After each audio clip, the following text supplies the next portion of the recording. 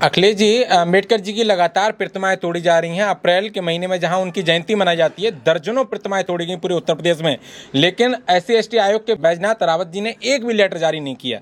उन्होंने एक चिट्ठी जारी की है और आपके खिलाफ कार्रवाई की मांग की है पुलिस कमिश्नर से। और मैं वहाँ पर रिपोर्टिंग करने गया तो सैकड़ों दलित जो उनके पास अपनी समस्याओं को लेके आते हैं, लेकिन उनकी समस्याओं का निस्तारण किसी प्रकार से नहीं होता है और किराया भत्ता भी लगता है। तो आप इस पर क्या कहेंगे कि आपकी अगर सरकार आती है तो जो दलित परिवार जो दूर दराज से आते हैं उनके किराए भत्ते को लेकर के और उनकी समस्याओं को लेकर के? बहुत अच्छा सुझाव दिया हमारे साथी ने। हालांकि जो पहली बात जो कही तो वो मुझे लगा कि हमारे ही खिलाफ है। खैर, ये सच्चाई है कि हमारे गरीब को न्याय नहीं मिल रहा है। हमारे गरीब और खासकर पिछड़े और दलित समाज के जो लोग हैं उनके साथ हर स्तर पर भेदभाव हो रहा है। अगर वो अपनी सामान्य समस्या को भी लेकर के जाएं तो भी अधिकारी अनसुनी कर रहे हैं। और कई बार हम लोग सुनते हैं कि जो कुर्सी पे बैठे लोग हैं वो अपमानित कर रहे हैं और हमारे गांव के लोग और गरीब कई बार योजनाओं को भी नहीं समझ पाते कि योजना हमारे लिए है और इस योजना से हमें कैसे लाभ मिलेगा।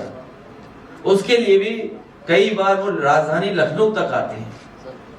मैं अपने तमाम दलित भाइयों को, पिछड़ी जाति के, गांव के गरीबों को भरोसा दिलाना चाहता हूं कि जिस तरीके से फोन करने पर गांव में एम्बुलेंस आती थी, फोन करने पर आपकी पुलिस आपकी मदद करने के लिए इंतजाम किया था, इसी तरह फोन करने पर आपको जानवर नहीं ले जाना था अस्पताल, बल्कि जानवर वाले अस्पताल वाले डॉक्टर आपके गांव आकर के इलाज करते थे।